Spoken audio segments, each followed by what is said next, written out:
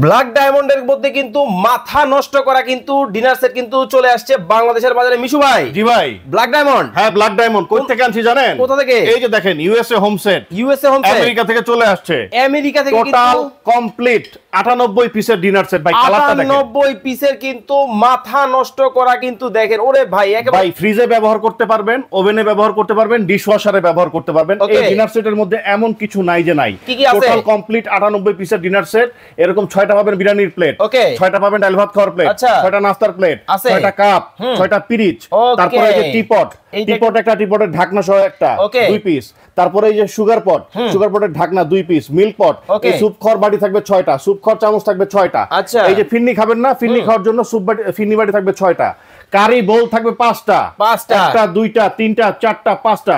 এবং এই যে সসদানি থাকবে একটা।